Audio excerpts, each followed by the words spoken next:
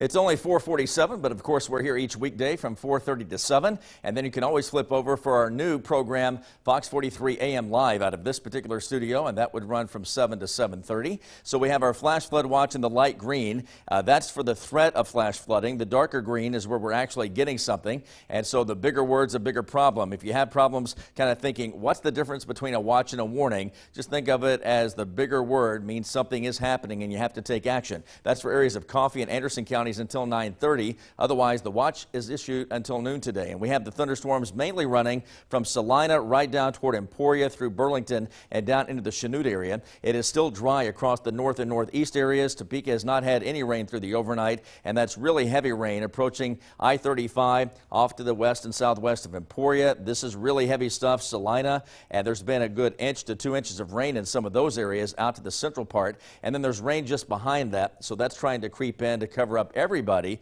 but the heaviest of rain will certainly be south of I-70 and through the Flint Hills area. Some thick fog in Manhattan. We had that earlier in Topeka where it was less than a half mile, but currently Manhattan at 1.7 miles. Along the Kansas River Valley, there's probably going to be some all morning long. There's our light breeze, primarily out of the south and southwest.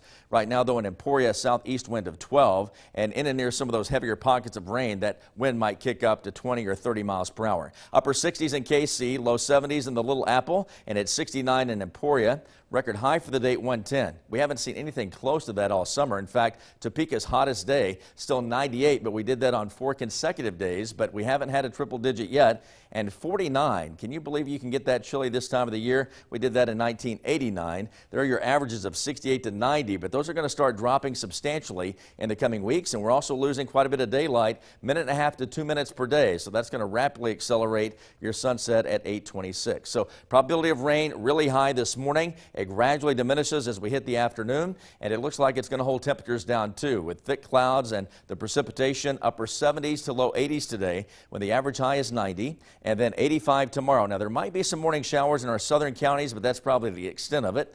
And then once we get into Saturday and Sunday, we're talking about some upper 80s, and then we'll go for a 90 on Monday, some mid 80s as school gets cranked up.